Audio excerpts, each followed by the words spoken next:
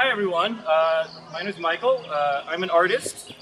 I'm working here today on the Deep Time University project, which has been organized in collaboration with the Museum of Contemporary Art, UCSD faculty, or different organizations on campus. We had financial support from the Irvine Foundation, sort of exploring millennial engagement. We started working with UCSD and we were incredibly lucky to find the Café, this amazing cultural, historical site, and gotten to learn about how they run things. It's very much about respecting each other's feelings and respect individual space and coming to terms with how we can find a middle ground for everyone. This is an amazing part of Deep Time University. Deep Time University is a para-institution asking, what do we need to know to survive for the future? What aren't we being taught? And how do we need to be taught these things? And so I was lucky enough to organize this day today with 30+ artists and thinkers and historians producing a variety of pedagogy, a variety of workshops and art. Deep Time University makes a simple proposition. School's boring. Curriculum sucks. Curriculum's made up of boring PDF syllabi. What if the syllabi was simply changed to an artwork?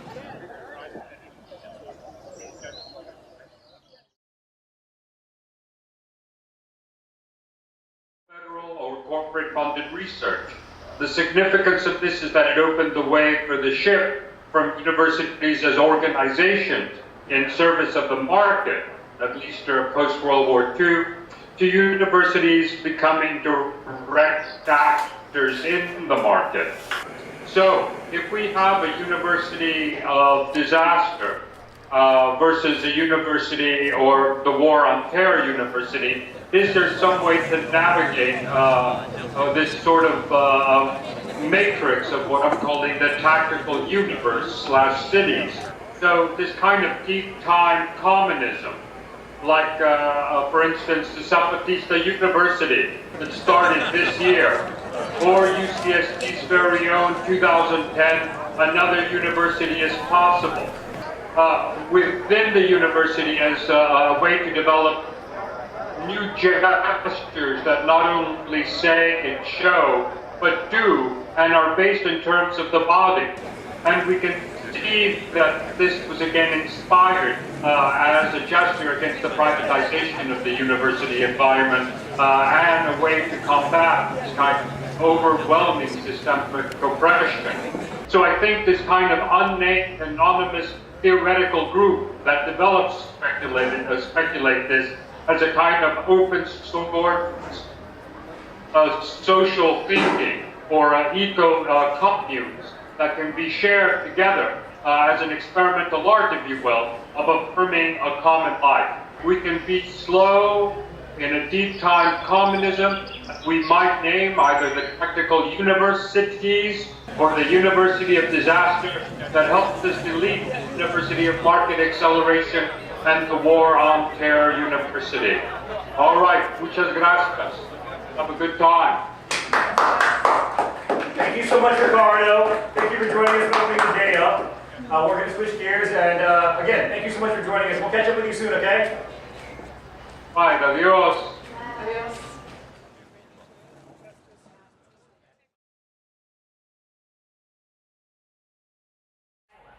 It was during her time in the latter program that she began her Syllabi series, the work for which she is best known today.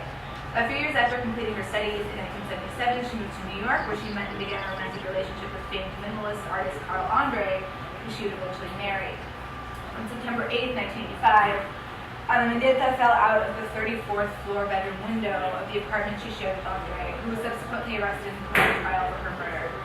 He was found not guilty, which either could be the truth or is the result of egregious errors made by the police in the first hours after Mendieta's death, because Carl Andre is a straight white man. Like, Mendieta will never be in a show with Andre, and that's fucked up because he will always be more important than she, and that means that she will be excluded from these larger conversations, and people really do view it as this thing where, like, if you bring Mendieta up, like, then you're inherently sort of calling Andre a murderer, which is Mexico was a place for her that, after living in Iowa, like she went to Mexico. So I think it was a place where she felt comfortable. And she also inserted herself through the silhouettes into, say, history. Because she was often, in Iowa, she's usually outside, like by a river or some shit. sometimes on concrete. But in Mexico, she's usually in ruins. So she's sort of reclaiming this history that isn't hers, but that feels closest to what she left behind, which is always sort of an idealized history, because she's remembering like this Cuba where like her family had a lot of money and like, but she has a very clearly sort of like strange relationship with white feminism and their use of goddess imagery, because she's constantly sort of like trying to claim it but then disavowing it and wanting to get away from it, and like then claiming it again but then wanting to have like a more universal thing. Jill Lane is a theorist who has an article called Deep Time in Hemispheric America, and she basically uses the concept of deep time to think about spaces where history is continuing, like a space has a certain history for somebody but it doesn't for somebody else. I think that her work shows that there is like life in abjection, life in death, right? And sort of accepting that these things are all just sort of part of it, and actually sort of being very explicit that this is an emotional reality. Because it actually allows, because our work isn't performance, but it's performative, and performativity of it allows it to continue on.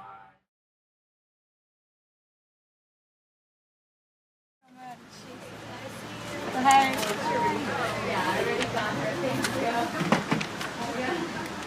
Is that red? You see it again? Did she rap? Hi.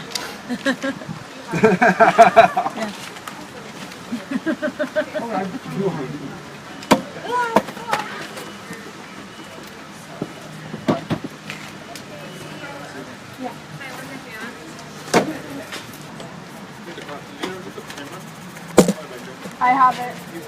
You can grab it. I'll trade you. Just on automatic. I'm assuming no stuff. I don't. Okay. I wish I did. Just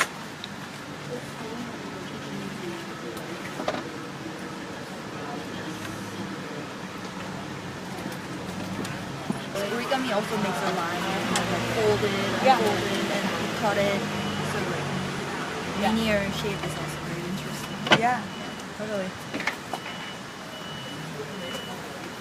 Guys, good job. Thank you so much. Thank you for coming. Thank you, Sarah. Thank you so much.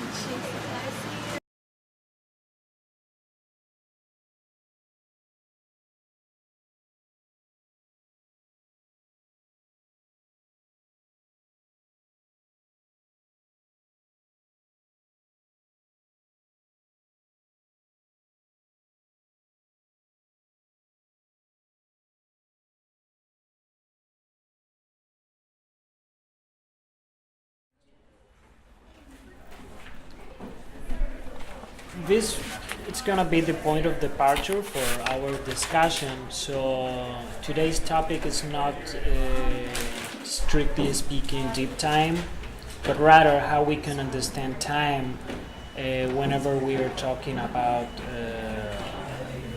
material heritage, which has to do with all these objects that you have here in the table. So since 2011 or so, I've been collecting material samples taken from Mexican pyramids, temples, in short, heritage buildings. And then I've been grinding and creating powdered compounds out of these samples. Yeah. And after that, I realized at some point that it could be a good idea to distribute these samples as capsules. So as you can see here, I have some samples reconfigured as capsules. In fact, these are flavored capsules. So you have orange, mint, coffee, bubblegum.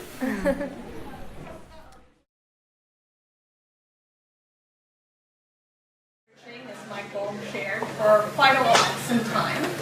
I want to start with two little caveats. One, I love the idea of really breaking outside of the classroom environment. This is something we do at museums all the time. We force our learners to think outside of what's been traditionally thought of a place for learning and think of research in a very, very different way. So, and then the second caveat is that I'm focusing on 3 artists, 2 of which are non-American, and that is very purposefully.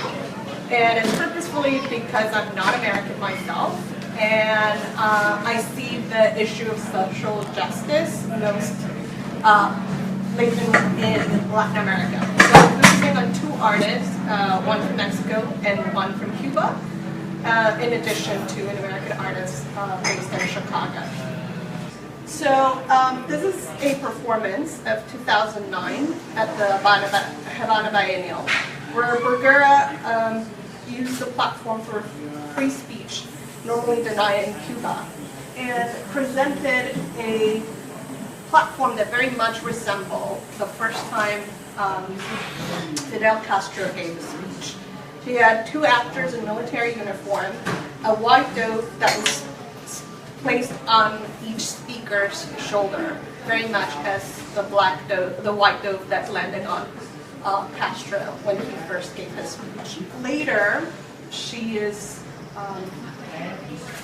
done the Immigrant Movement International, which was a project that culminated in a series of public workshops and activities in the really push for what now today we're celebrating as sanctuary cities. Queens is one of the most diverse communities in our country, and many of the residents are undocumented immigrants, and the biggest advocates for making New York City a sanctuary city are the arts organization. This is the restagement of Cat Moon's Whisper, that performance that I first talked about.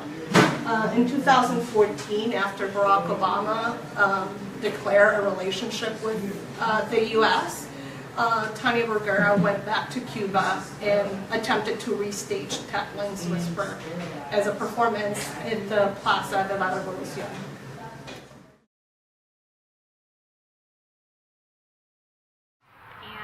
I've been studying, I would say, an earth-based spiritual and life philosophy and practice for about 7 years. I met my teacher, Olivia Chumacero, in LA, and she's an indigenous woman to the Copper Canyon, Mexico. And my family is biracial. My mom is from Bolivia, and in Bolivia, there's a lot of Pachamama consciousness, and Pachamama is like Mother Earth. And so, like you might have heard about Evo Morales, the president. He's the first indigenous president there since they were colonized by the Spanish, and Bolivia's in South America. Some people think it's in Africa. Really? Yeah. You're in global studies, I'm sure you know where Bolivia is, but just in case. And so Bolivia is one of the first countries to start creating laws that say that Mother Earth or Pachamama has the same kind of rights as a human being would have. And he made her natural resources part of the heritage of the country, so not something that they could exploit and something that other countries could come in and buy, which has happened since he made that law, so it's controversial today, but that's my background on my mother's side. And my father's side is Irish, Cajun descent, and I've looked in a little bit to those ancestors as well, which go back to people that lived in the mountains and herded deer, like chased deer and kind of lived migrant lives that way. And so Olivia, one thing she always talks about is that we all come from tribes. So no matter where in the world your ancestors came from, and whether you know them or not, they were tribal at some point. Because tribal living just means living with the earth and really closely to the earth, and also living interdependent with other human beings and other animals and other plant beings. Because that's what there was. There wasn't a pharmacy to go get your medicine from. There wasn't a grocery store to go shopping in. You had to intimately know your environment in order to find food and medicine.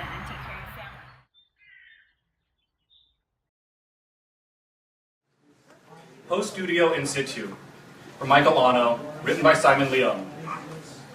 A year or two before his death in 1996, I chanced upon Felix Gonzalez Torres in front of the new museum on Broadway. But while I've forgotten the bulk of our banter, I recall two things he said. The first was that he said, somewhat profoundly, if matter-of-factly, he didn't work in a studio, but his apartment. That his rule was that anything that he made had to fit under his bed. The other was a throwaway declaration said that smiling hint of provocation, especially in light of the fact that his rise in those recent years had been meteoric. Just consider myself a decorator, he said. How fitting, I thought. That was the elegant economy of gestures as an artist found in a colliery and fabrication and storage. Of course, an artist like him, like us, does not paint or chisel away at the romantic isolation of a studio. Those of us lucky enough to get to say that we work in situ, one place after another. Although real estate under 90s economic in Manhattan meant the days of affordable housing, downtown artist lofts were at least 2 or 3 generations ago. Not working in a studio was code for our conceptual aesthetic. It's hard to learn to be an artist, and talent has very little to do with it. If you, like I, landed as a student on the inward curve of a conceptual turn of the 1980s, this meant that 35 years ago, when I was an art sapling, I discovered the photography classes in UCLA, that it was preferable when one did not, or better yet, did not know how to operate a camera. This meant that theory was always more urgent than facture. When I was a student in the 80s, the heyday of conceptual art was already 2 decades in the past. There were people who homestayed the Soho and Tribeca Loss after all. We already rehearsed the question, why are conceptual artists painting again? Because it's a good idea. This was a decade when fabricators make paintings, sculptures, drawings, photos became normal. Maybe it's just my ignorance. But to my end, the term post-studio did not gain a general currency as a description of what artists do until relatively recently. It sounds to be yet another term to supersede the dated postmodern. I encounter it everywhere. I see an article about portrait painter gets entitled an extraordinary studio artist in a post-studio era. Or this passage. In recent decades, artists and the art critics have tried to make sense of a variety of performative turns. Many see performative work as a variant of post-studio and post-optical art making. But what was post-studio, experimentally speaking? I can't tell you because I've never been in one. There's plenty of literature on former Cal artisans who can. What it was not, it seems clear, was a general description of mode of art. While Asher's own work, it fits easily into the definition of post-studio practice. Post-studio.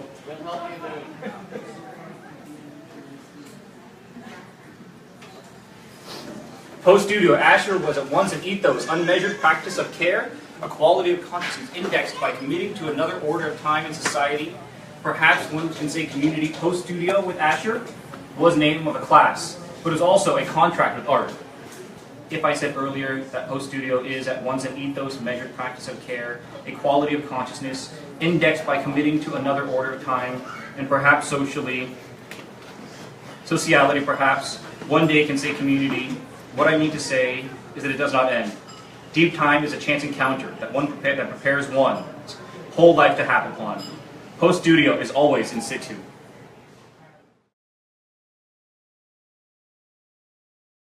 The subject is the self, so otherwise this poetic body I seek to hear. The subject is the self who sees, who reads, who speaks, who regards itself as a self-regard, a self-consciousness. It regards itself, the poetic subject, consuming, supporting. Specifically, the self stands to reckon with the signifier I, the first person, and the possibility of a language of thought. So the thesis here is really to ask me anything. Can there be a language of thought? Where is the body in terms of this language of thought? And we're using this to think about prehistoric expressions of the body. So expressions of the body that come before time. They come before consciousness, and they're where we begin our consciousness, these particular prehistoric archives. And later, when prehistory is academically formalized as a field of study and discipline, we begin this sort of practice of symbolizing the prehistoric. So here, Ask Me Anything is a presentation of an attempt to theorize the body hallucinations. So we can take this as the sort of leitmotif of all leitmotifs. The poetic body has to begin here. This is the beginning of its symbolic self, in other words, the hands of prehistory. The poetic body is in motion. In other words, it's a kinesthetic being.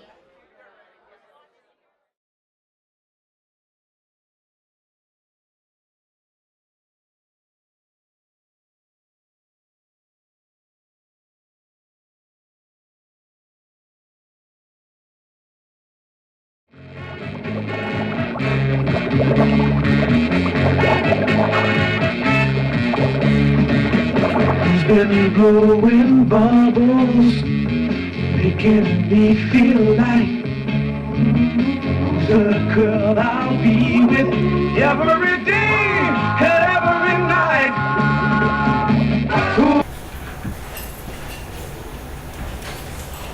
So I wanted to talk a little bit about credentialing and being at a university and what that means for me. I'm here because I do art, and I know Michael, actually I know Michael from taking a class with him at UCI as a grad student, but we've also done other work in the world together as artists, and really the kind of credentialing you need as an artist is just to be in the world working. So I guess my story is the story of me learning I was an interloper, so learning I didn't fit in. So a lot of people feel the opposite. They go to education and they already don't feel like they fit in, and then maybe they learn to fit in. So this is sort of the institutionalized process. Poor education, basically, you know, I wasn't in school, I couldn't afford school, I wasn't in California. I mean, everyone can afford school in California, which is, or supposedly, I actually don't think that's true, but it is a lot more accessible here than it is in most states in the country. It was outside of my capacity to work 70 hours a week and go to school too. It took me 14 years to get through school in California. I have an MFA, I'm $75,000 in debt, which means I don't do well as an artist. You know, I can't do what other artists do. I can't even have a studio. You know, there was a conversation or a talk that Michael gave that Simon Leung wrote about the issues about post-studio. You know, for people who don't have money, everything's post-studio. There's no choice. There's no room to have any other possibility.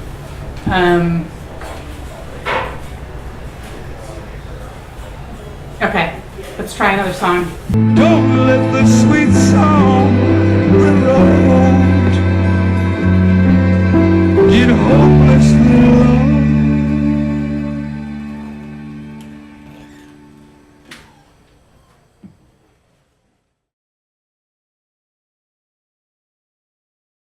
The work I've been doing the last 40 years has woven and attempted to weave, sometimes successfully, sometimes absolutely not, the relationship between me and myself and me and you, and you and you. So both as individuals and also as collectives. So what does it mean to be born into an individual body with an individual temperament? And even though my sister and I have very similar backgrounds, she and I are night and day. Maybe to start with, we could start indoors and come outside, so that I'm giving you like a little bit of you're not like bombarded with sensorial experience. Ethnicity and myth. Okay. What compels you between those two? Just because I grew up in the South, and then when I went to, but my parents weren't Southern, but I had a big Southern accent, so when I went to college in the Midwest, you know, there were expectations and, you know, friends that wanted to come visit, but were scared to drive a car with Illinois license plates into the South. It was like, oh, really? Because I just never had thoughts about the North the way it seemed like people had thoughts about the South. So the myths that we have about places regions, and cultures, regions of the world. Yeah, absolutely true. Would you like to go? Sure. Yeah, I like to connect class and family. Class and family. Right. Okay. And how do you problematize both, or what compels you there? Well, I mean, from a relation to labor perspective, my father owns not necessarily owns, but is president of a small company. But at the same time, it's a very weak. Yeah, I guess you'd say that. It's like barely surviving. And so, because of that, we only make about $30,000 a year, and essentially the lifestyle is the same as somebody who just does work. But at the same time, you can see how that idea of relation to labor becomes so much of your ideology, like, oh, you need to own a business, you need to like succeed in this or that, you need to become like a doctor, for example, or something like that. And that influences a lot of the ideology without any of the fruits of that class.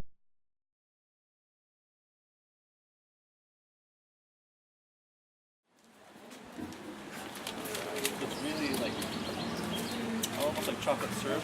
I just want to maybe kind of hear about the practice or what's going on here. Yeah. So this is Culture Wedge, which is a project that Ian and I are starting. And Trevor, who are you? I'm a graduating MFA at UCSD. Ian is graduating MFA at UC Irvine in the Cultural Studies program. And right now, this is a project where we're making doorstops out of clay. So people are able to make a porcelain wedge here, and then using these stamps that say culture in them, we're able to press them.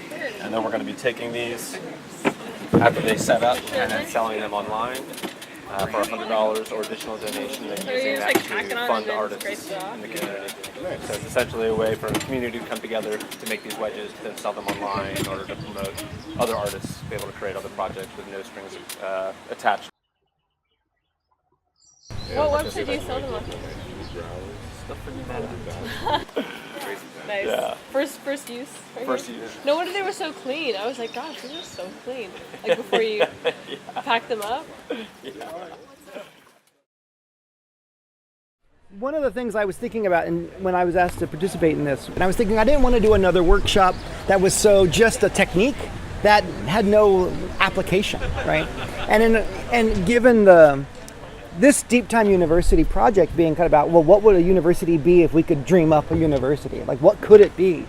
I thought about things that I know at the media students, and also I imagine in other disciplines. I don't know about probability, but you can tell me, where collaboration becomes a kind of site for, hey, oh, you have food. That's great. Very smart. I love it. And the other thing I was thinking about is what could we be left with? So it's not that superficial surface. And given the cultural circumstances we find ourselves in, there appears to be a need for this idea of empathy to be kind of something we touch, as something we might engage more actively. So it's not so much about a feeling, like, oh, I see somebody in a painful situation, I feel bad, but an active pursuit of, I'm going to actively pursue that feeling. That in that activation, in that doing, there is an opportunity to see someone else, to sort of see how they think, and not just to admire it, but understand it. And not to be right and they're wrong, or they're right and I'm wrong, but we're both kind of engaged in a process of sharing and listening. And it's that transaction, that give and take, which becomes, I think, a bit more authentic than simply, you do your part, I'll do my part. When you don't have that sort of authority figure hanging over, what would an ideal situation be? Like, what would it be if you just could make it up on your own and you didn't have someone who's going to get mad at you, or you were going to get in trouble if you didn't do it the right way, right? And that's where I think you might become really curious about, well, why aren't you pulling your weight? What is it about this task or this project that is not giving you what you need as a collaborator to participate with me as a collaborator in this? But in the best case scenarios, my experience has been that when it's not about getting it done so I feel like I'm not going to be in trouble, but it's because I really want to understand something about the project, if it's a work of art or a film or whatever it may be, I have a totally new sense of my collaborator. I learned something about them in a way I never would have learned about them in any other way. And it sort of reminded me a lot of that mental training I did earlier in my life, which was training my mind to think about this person not as just either a facilitator of my success or a barrier to my success, but actually a co-coordinator or co-collaborator of my success. The thesis of this workshop is that collaboration is a mechanism to do that. What do you guys think about this? Start with the first, I guess, third. So the first two syllables is refri. Refri. And then we have jure. Jure. Tor. Tor. Okay. Refrigerator. Almost. Can I give you the point for A for effort, or do you have to get it right? What do you think? Like kind of, sort of, from 1 to 10? Do I pass or kind of? You can flunk me. You can flunk me. Yeah. I say you pass on that one. You're so generous. Okay. I like this one. Oh, Let's gosh. do World War. Huh? World War. World War. World War. World War. War. War. War. War. Right? World War. Next word is voicing. Voicing. Let's start with cough. Cough. There you go. Okay, cough. Thoroughly. Thoroughly. Tough. Tough. Isthmus? I'm not sure. Yeah, I'm guessing Isthmus. Isthmus. This is my first time performing Teach Me. So the word in Spanish, and in like, kind of like take the university campus as a way of students teaching me, an older woman, to polish my accent. Rigorously. Rigorously. Variety? Variety. Supposedly. Supposedly. Worcestershire. Worcestershire. Worcestershire. You can teach me English, Can I ask you why I'm wearing this? Does it have some sort of like historical context? Yes, it is. Indigenous population were wiped and converted to Catholicism and language. The way that I'm performing by appropriation, I'm becoming an indigenous woman, and you're the conquistador using language barrier as in terms of colonizing and decolonizing California.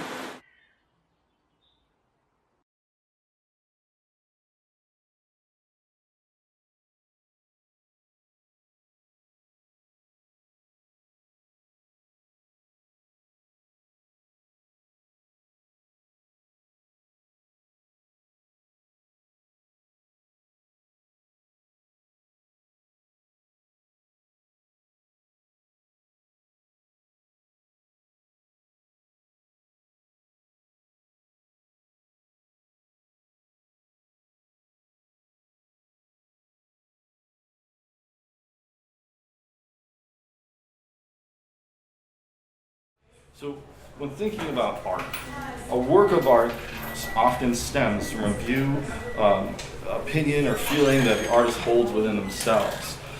They create art to share that manifestation with others, to allow viewers to relate to it, or to learn from it, or be inspired by it.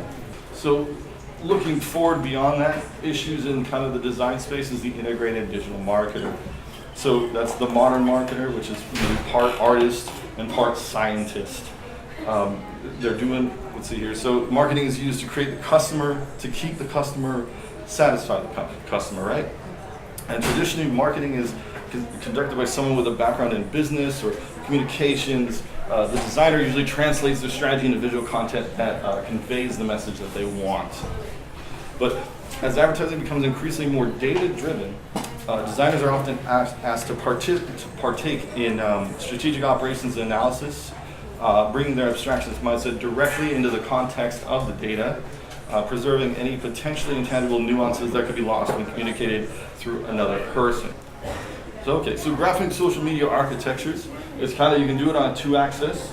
Okay, so you look at sustainable discourse, which would be the ability to carry a conversation through rights and wrongs, and you're this and you're that, and let me bring up the references, and bring yourself all the way to a conclusion where people mutually agree on something, right? It would be considered sustainable discourse on the signal to noise ratio. So let's look at like Facebook at a glance, right? So Facebook, profile Facebook users, the world's largest social network, over 1.8 billion monthly users. That means there's people can, 1.8 billion people cannot resist opening an app, opening a browser, and hitting up Facebook.com in more than 30 days.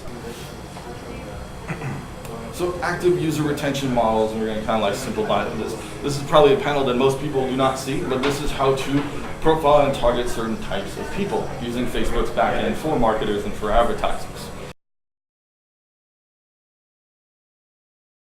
So I've presented, as some of us were walking in, the audio file itself, and then I just read through a translation. And I've given you discrete bits of information. As in perception is lent to knowledge, being the part to whole relation. One's own attention begins a recoil backwards, so that language signified can let itself be taken apart and put together again by thought. Language bears the meaning of thought as a footprint signifies the movement and effort of a body. And I have this to say of the conditioned conversation between Diderot and Arnulf Rainer, whom together like to say that they waste time. So taking into account that we have a double album artist's record of what I argue is inarticulable, casual studio conversation. They refer to an artwork between the two of them, but the particular excerpt of their interaction that we have in the recording, on the recording, goes elsewhere. It spirals out of control. It spirals out of time and into a kind of a liminality where wasted time is kind of a prescription for swallowing listening to this record. For an initial form of synthesis, we're offering up listening attention. So this paper is actually asking after the kind of listening attention we do with this material. We'll go ahead and get started. So this is the creator of Youth Attack Records. His name is Mark McCoy. He was born in DeKalb, Illinois. He just grew up in a suburban town, you know. And that's him. And he's wearing a Septic Death t-shirt, so that's how you know he's cool. And then this is Charles Bronson, who's known right now, from the album Youth Attack, from 1997. Youth Attack. And then the skull you see there is a very obscure reference to an 80s hardcore band. It's a skull that they use in their logo. The band's called The Freeze. They're a Boston hardcore band. So that's how you also know it's cool. Obscure, hardcore, 80s reference in the logo. Another legendary hardcore act, Squirm, that they released. You know, I know how he's feeling with this makeup. Very uncomfortable. Very iconic album cover. But this band was known for its like raw hardcore aggression and just like being different in the hardcore scene. And no cool record label goes in touch without some sort of controversy. So this, I don't have any music for this because I couldn't find a download for it. But it's like some synth poppy type stuff, very different for the Youth Attack label, but that's also cool. You gotta change it up every now and then with one release or two. But this is Virgin Mega Whore. Can anyone guess why this is so controversial? It's because they used the Virgin name. So they were slammed with a $75,000 lawsuit. The Jerk Booth is actually a very dark, seedy underbelly place of the whole extreme music scene. Even though you have, a lot of good people are obviously on it, there's definitely, it shows signs that racism, sexism, misogyny are still very rampant in the hardcore punk community. I still think you should go to the Jerk Booth though, check it out. It's pretty wild. You can go to IHateYouthAttack.com. That's what the see cool domain name too. IHateYouthAttack.com. But that's Youth Attack.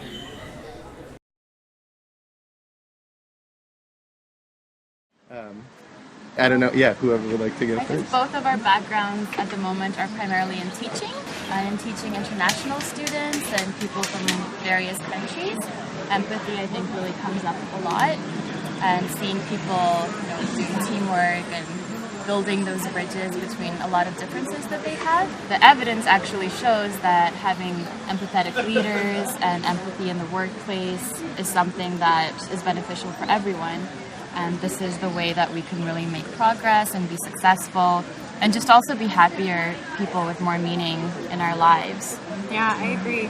And I was just talking with one of our colleagues today about how we both agreed that our empathy towards other people really increased when we started to travel more, and that's something that we didn't do until towards the end of college or after college.